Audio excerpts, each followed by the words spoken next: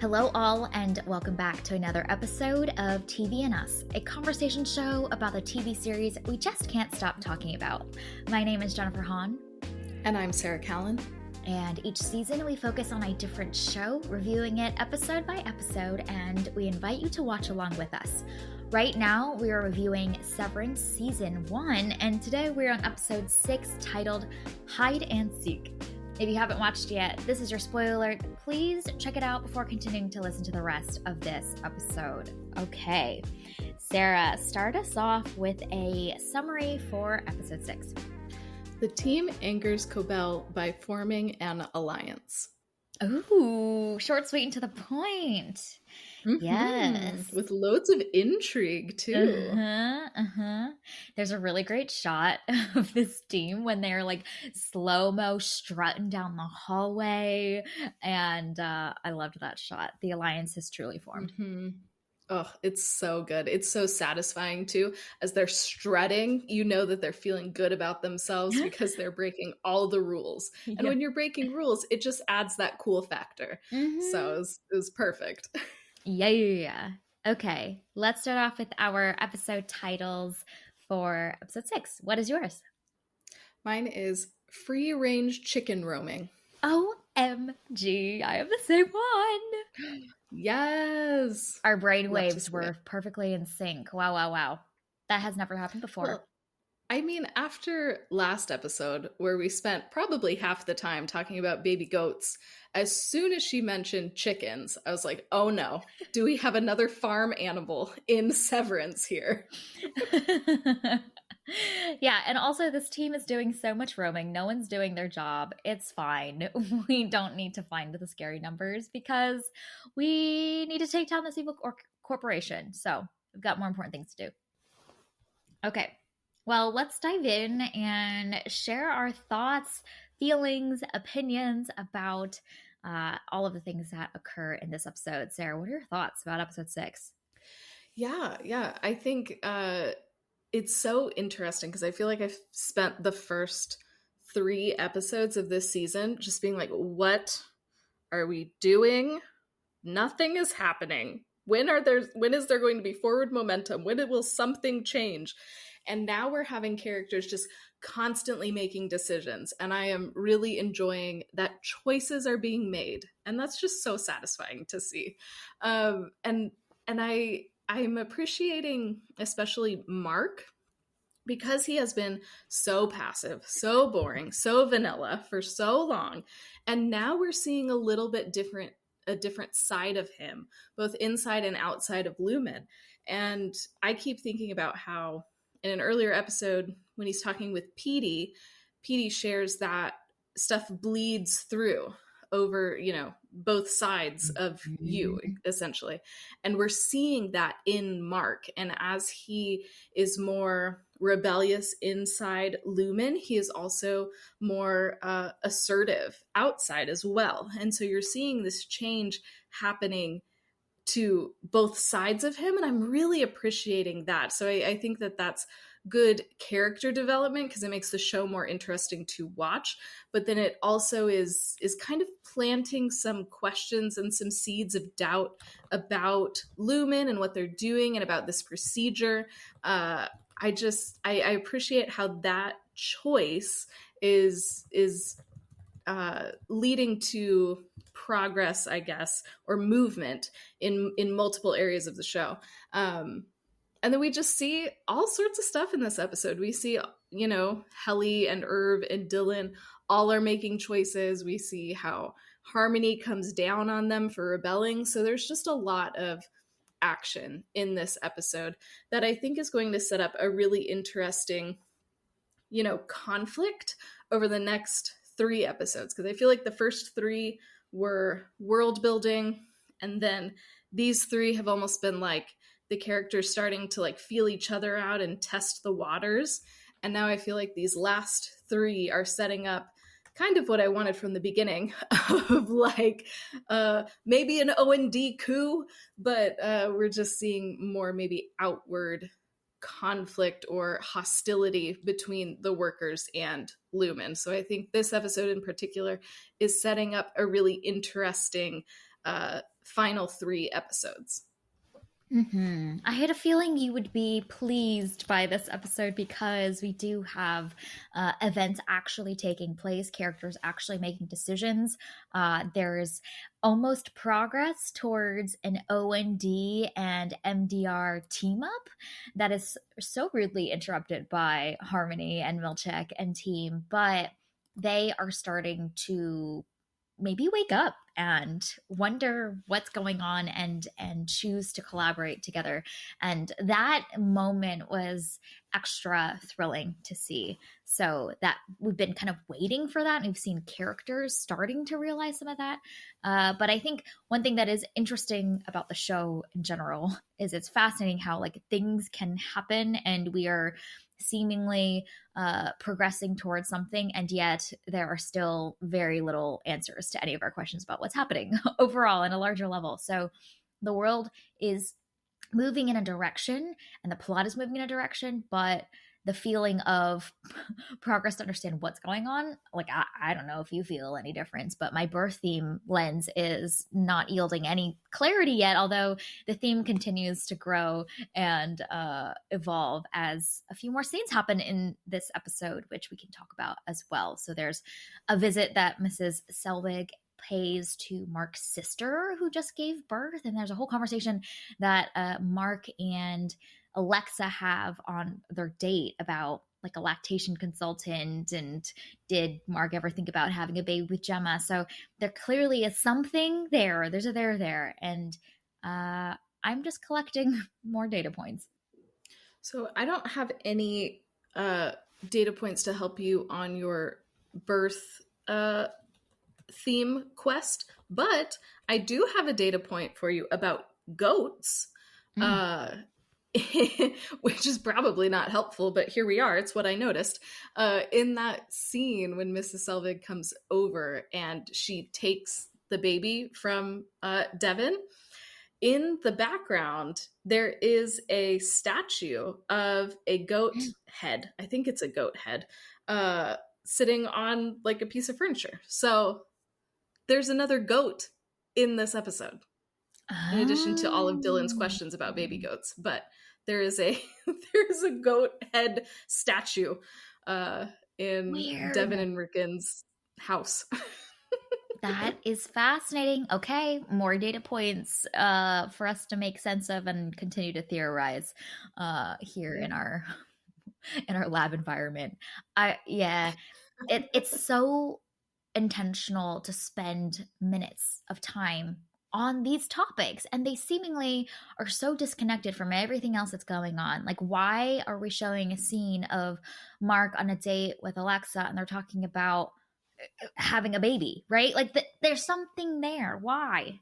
I don't there's parts of the show that I've seen the show before, but I honestly like kind of forget what some of the things that happen in the next 3 episodes. So I'm on this journey too, and maybe there's something that will click, but I kind of forget some of the things that happen. So I'm right there with you on this journey. Like there's some reveals that are very clear to me, and there's others that I'm like, I know a bunch of things happen, but I forget what it all means. So yeah, I appreciate that you're so honed in on this particular theme, because I was just like, yeah, Alexa is like a midwife or whatever, and she was helping with Devin's baby being born. So like it just makes sense that they would talk about that. Like, but I support you in your search for additional meaning, and I believe that you're going to find it. I appreciate that. I need that because I came up a little dry. We're just collecting things into our basket here. This is how a form of survival is. I just latch onto something and hope it yields a sense of meaning and purpose in this really weird world that we inhabit for 45 minutes. And we will find an answer. And if over the next 3 episodes we need to make up an answer, we will. Don't you worry. We will get to the bottom of this. See, I appreciate that because at least we can just delude ourselves into believing we found meaning by the season finale will be a fascinating discussion. We'll either be like, oh my gosh, this all is clicking, or it'll be like, let's let's make up our headcanon. And as long as you and I are both on the same page, that's all that matters. I don't care what anyone else thinks in our own little world. This is true. Therefore, it is true. I mean, it's also very fitting for what Lumen has done to the employees. You know, they just created a narrative and some rules and went with it. So we're just following in Lumen's footsteps. And hopefully it ends better than what Lumen is doing. Mm-hmm. Yes. Yes, indeed. Oh my gosh, I have to tell you too. Last night I had so many dreams, and so many of them were about severance.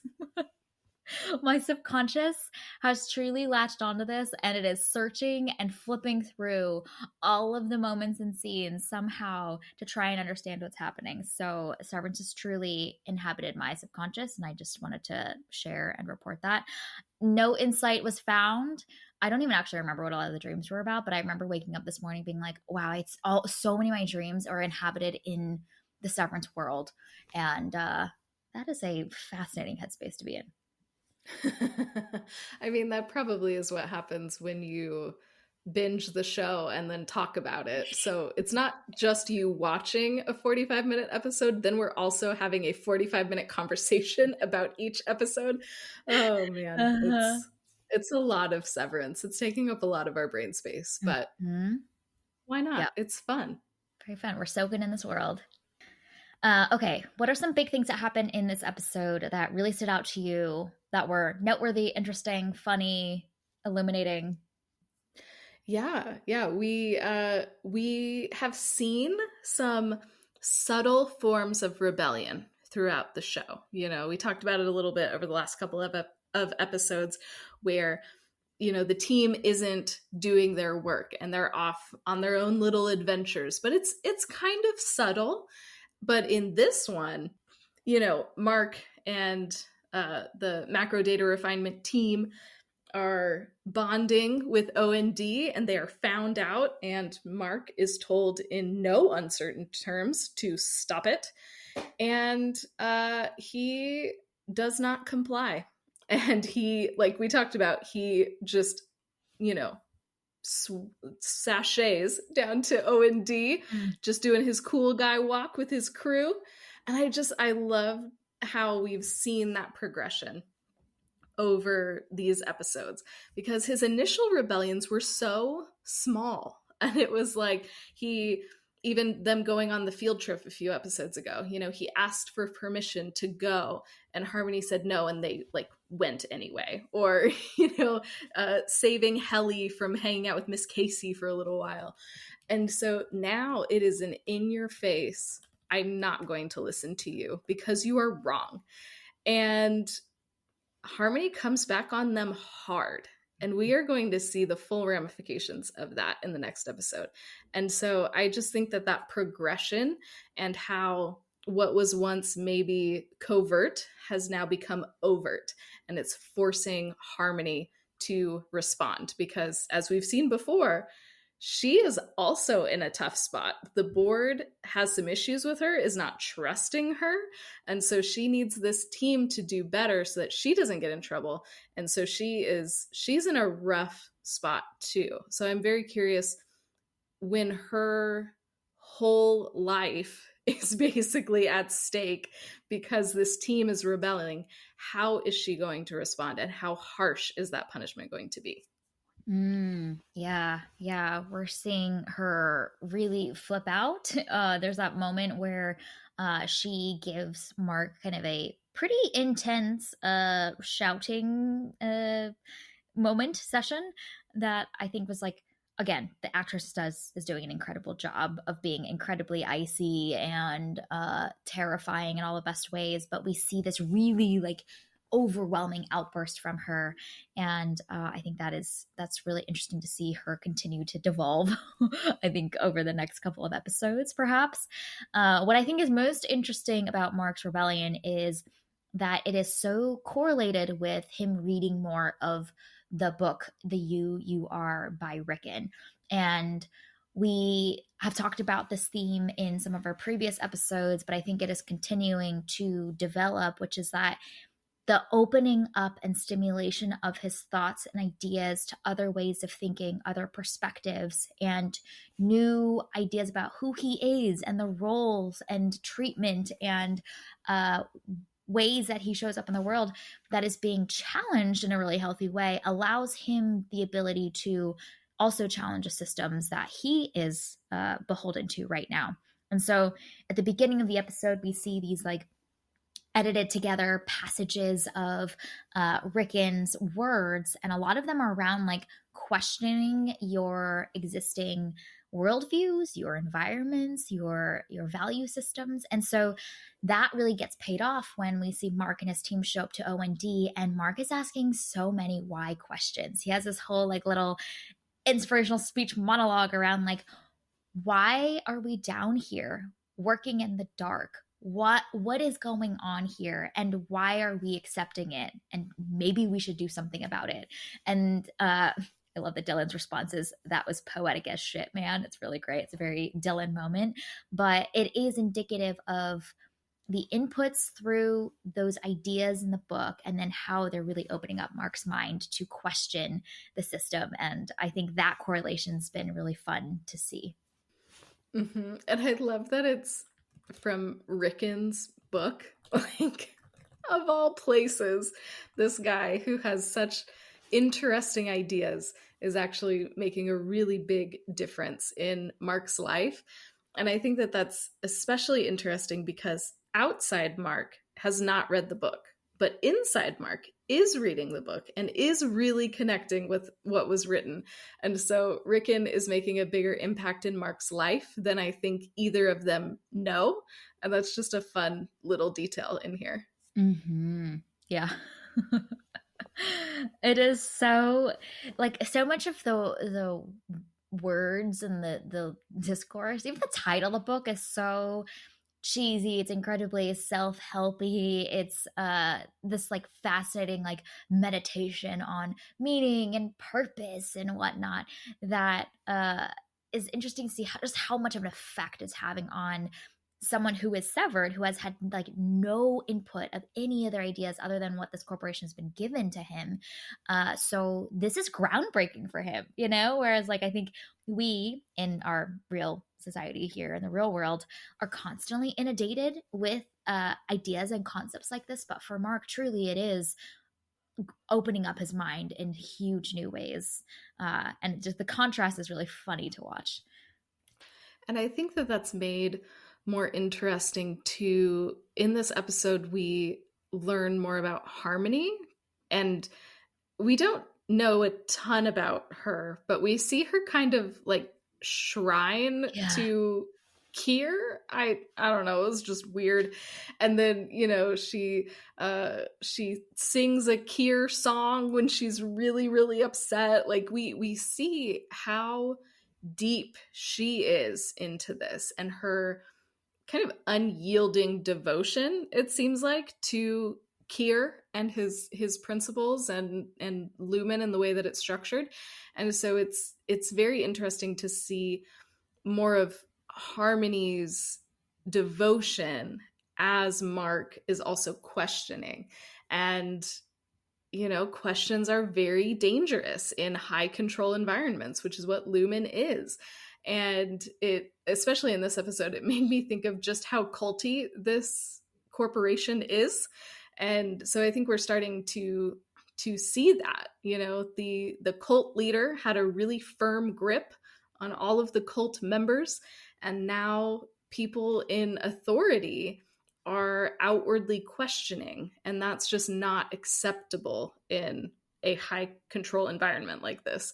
And so then that explains also why Harmony is even more militant in her response and aggressive in her response, because, you know, she has been in control and now her power is being threatened, but her belief potentially is also being threatened. And that both of those things cannot stand. Yeah, no, that's so true. And what's also been neat to see is the way that the group together is finding safety and security by rebelling together. And they're feeding off of each other's willingness to be more and more all in on this. And they always say, you know, there's a safety in numbers, but then truly, like, when you're going to rebel against a large organization that is so menacing and imposing, to know that your other team members and your peers are also questioning and rebelling with you often multiplies the effect of that sense of rebellion. And so it's neat to think about the way that perhaps, you know, Helly was the seed. Helly's willingness to continue to question and try and break out of the system. How has that affected these other team members? And as they rebel in their own ways, you know, everyone's kind of watching each other's shifts and evolution in how they feel about the organization. And you can't help but wonder, had they continued to be isolated from even each other, their willingness to rebel would be so much more diminished. But together, they are far stronger. And then together with O&D, they're even stronger. So Harmony has a lot to be worried about. Mm-hmm. I loved that moment when macrodata refinement goes down to OND, and I think it's Helly who says, "This is the most people I've ever seen before." And it's like, oh wow, yeah. I don't know, I kind of forgot just how isolated these people were. I mean, really, Helly has only met her team and Milchek and Miss Casey, and that's it. And they're not always together at the same time. And so that's incredibly isolating because you only know a handful of people. And if they are fully bought in, or if they're just there to do their work, find the scary numbers and win their prizes, like, there's really not much else there. But this little rebellious streak and going down to OND has opened up an entire new world for these people who haven't experienced much outside of their computers. Mm-hmm. Yeah, which then makes a lot of sense why we see Lumen put so much effort into trying to keep the departments apart from each other, both physically, but also emotionally as well, with the art and the paintings that we discussed in our previous conversation. So they're trying their best because they are smart enough to know that the uprising really can multiply and grow legs that can run once the people are united together. So we'll see what Harmony chooses to do next, but so far she is losing her grip on keeping these folks in place.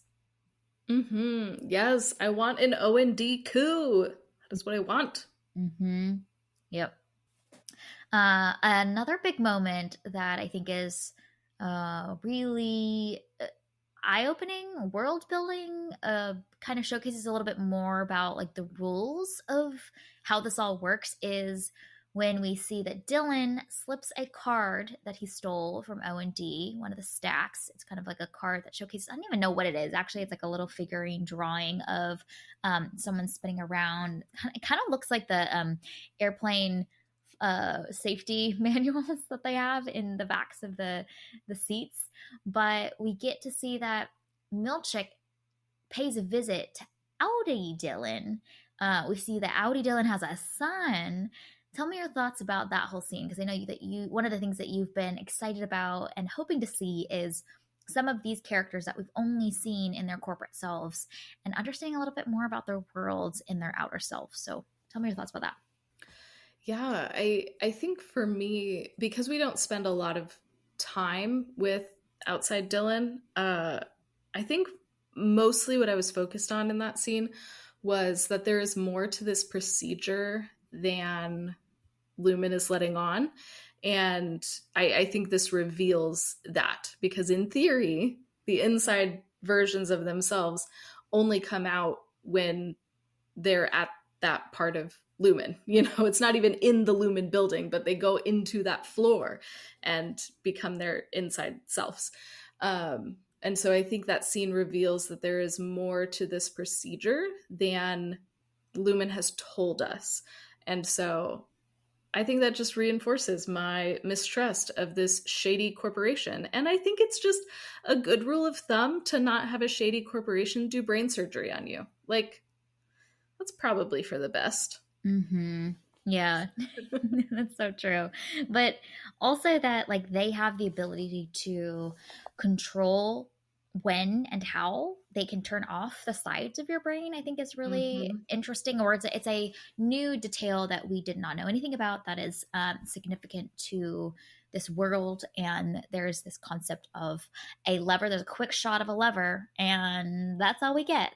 But also, I think what's interesting is Audi Dylan somehow, or sorry, inner any Dylan somehow Yeah. learns that he has a son. So we would also presume that Lumen would have some way to wipe that memory or that detail from his brain so that the inner self, inner Dylan, doesn't remember that detail because they cannot know anything about their outside selves. So there's also some like memory composition and deletion that seems to be possible in order to maintain this whole thing. So that's something that I it's not shown in this episode at all, but you'd imagine that there'd be some implication of that.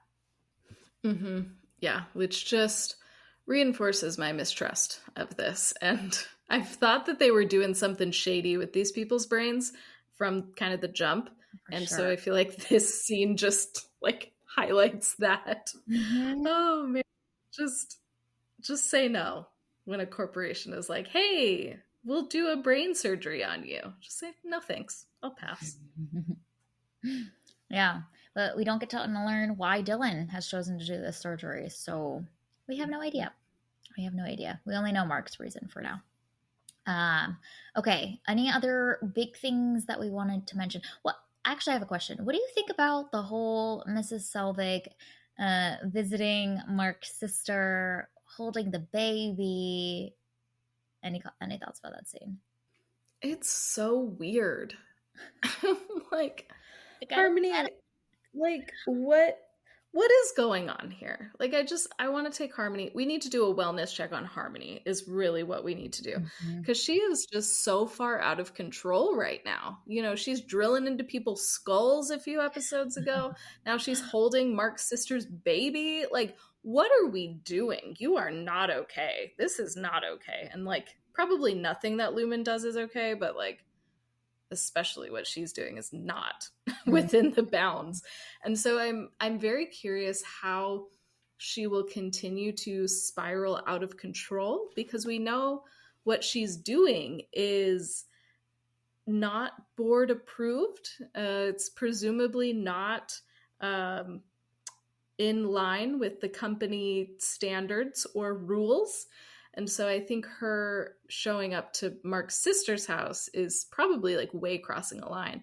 But another thought that I had about, uh, Devin having this baby is this show is, even in like the description of the show, it talks about it being a dystopian world.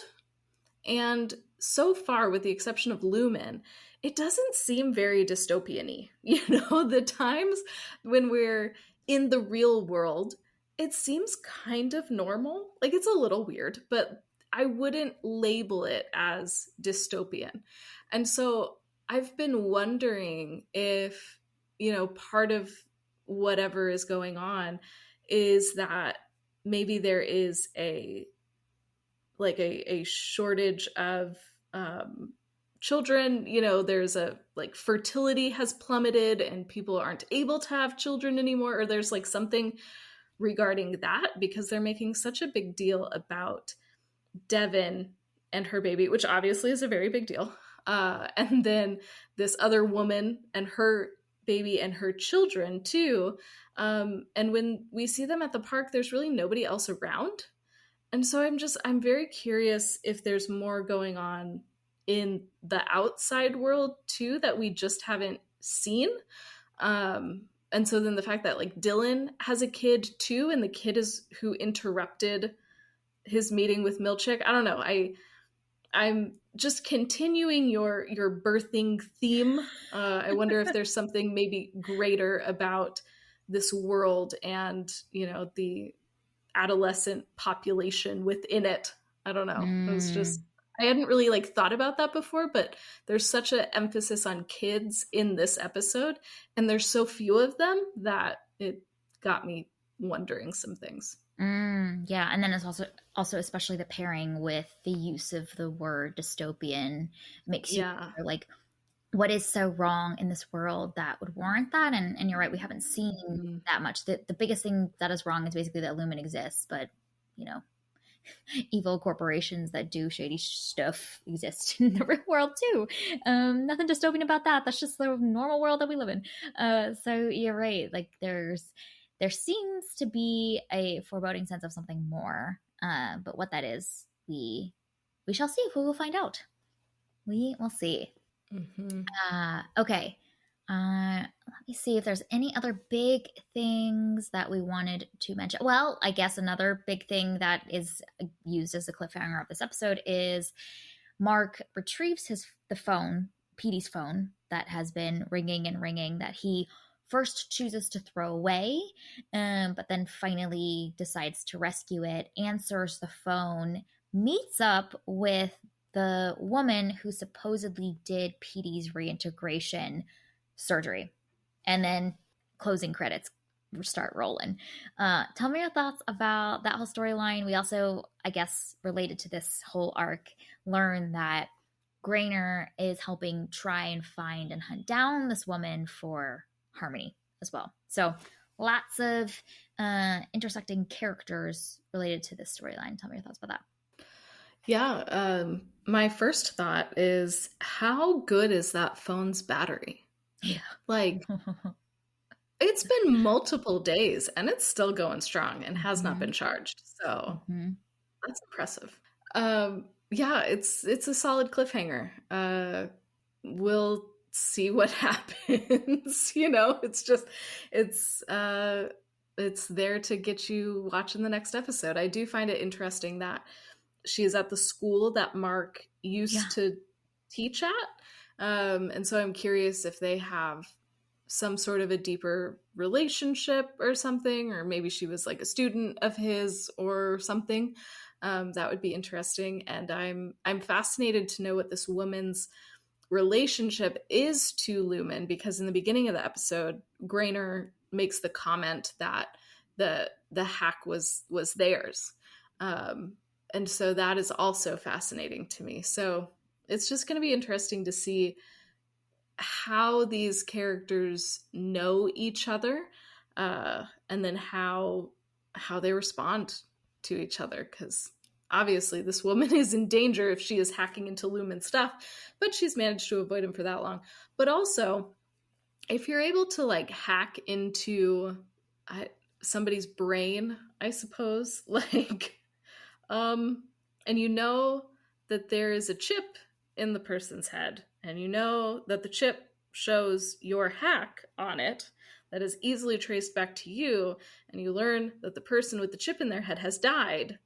I don't know, would you maybe pull a Harmony, maybe a little bit more tactfully, and try and retrieve the chip that could incriminate you? I don't know, whatever. Mm-hmm. Yeah, yeah. It is fascinating. We will. It's a good cliffhanger. We'll find out Yeah. more, Yep. presumably in the next episode. Mm-hmm. All right. Well, shall we give out some awards? Any other big things you want to mention, or do we hit them all? No, let's go to awards. All right. The first award category is Employee of the Week. This is given to a character that is deserving of this award for any reason that we decide. What's your choice for this one? I want to give it to our guy Mark, because he gives a rousing speech to MDR and OND. So good job, Mark. Way to be motivating, buddy. A truly poetic as shit speech. The beautiful words of our friend Dylan. Mm-hmm. So We good. love it. We love to see Yep. it. I am going to give this award to a character that isn't really an employee of Lumen, but you could argue is an employee to the band, which is June's band's songwriter for the lyricism that is the whole F you Lumen chorus. Yes. It's so good. Art is advocacy, man, you know? Yeah. Well, I really love that we get to see on these 2 dates that Mark goes on with Alexa, we see 2 very different reactions from him. You know, in the first date, he's so upset at these protesters for protesting Lumen and everything they were saying. And then in this date, he's singing along. He's singing F you Lumen. It's like, wow, Mark, you've really changed, buddy. Way to go. Mm-hmm. But also, can we rescue Alexa from this man, please? Because Oh my gosh, this is not a yes. good life partner for you. He's so absorbed in his own world. I was like he suggests this fun little like band spontaneous adventure together, but really it's for his own benefit to like find his ex coworker who died's daughter. Like, what is this? So weird. She chooses to make out with him at the end of this, so clearly it's something's working for her. But I just, as her friend, I would be like, he ain't it. Please let him go. Let him go. He's the worst. Mm-hmm. Well, and also, if this is a dystopian world, I don't know, man. Maybe Mark is one of the better ones, which is kind of sad. That's like true. At that point, let's just choose to be single. It's fine. She's feeling him though. I don't know. Yeah, she is. I was surprised. I even like wrote it in my notes. I was like, wow, she's a lot more forgiving than I think I would be. Oh, so good. All right, the next category is move the needle moment. What's your choice for this one? Rebellious field trip. Let's go. Yeah. When they're power walking down the hallway to So O&D. So good. Yeah, this team has been so at odds is maybe a little bit too strong, but they're just like missing each other in each of their objectives individually for so many episodes, that to see them kind of united for a common goal, a common purpose, is really fun to see, because they've just been running in different directions individually for so long. Mm-hmm. Yep, but now they have been united. Yep. Against a common enemy, and that is Lumen. Yep, indeed. My choice for this award is getting to see Audi Dylan and the whole milk check with the levers moment. That was great to see the world expand, and we learn a little bit more about how it all works. Yes, well, still generating a bajillion questions. Yep. So it was very effective on both fronts. Yep. Okay, the next category is achievement in corporatees. What is your choice for this award? I want to give it to when Irv says to Mark, "You are sparing with the facial encouragements." I love it. It's so good. It's so good. Especially because it's in the context of them being like, why are you smiling at Helly so much? Yeah. What are you doing? Dylan goes, you never smile at me. Oh, it's great. So good. They have such good banter with their little group. They do. Makes work more bearable when you have fun friends that you can survive together with. Just make the day pass by a little faster. Okay, my choice for this one is when Mrs. Selvig, aka Harmony, says, I was doing some private research, and Grainer goes, what's that a euphemism for? Oh, I loved that moment. It's so funny. I love how much she knows how to push her buttons. Yes. Grainer isn't in this very much, and I do appreciate that he was initially introduced to us as this like really menacing bad dude, and I'm sure that he is, but I'm so tickled anytime he shows up, because I know that he's almost always there to bother Harmony in some way, and that just brings me an odd sense of joy. Oh yeah, it's great. It's really great. He's oddly like one of the more sympathetic characters in the Lumen team, which is not what we would have expected first meeting him. Okay, looking ahead, what are you hoping for, excited to see? I want my O&D coup. Yep. That's really what I want here. Yeah, more time with Bert. He's so much fun. I'm having a great time getting to know him. And just, can we find maybe another room? Because we've seen baby goats. And then in this episode, we saw a room full of plants. I couldn't tell if they were real plants or if they were fake plants, but either way, it was very effective.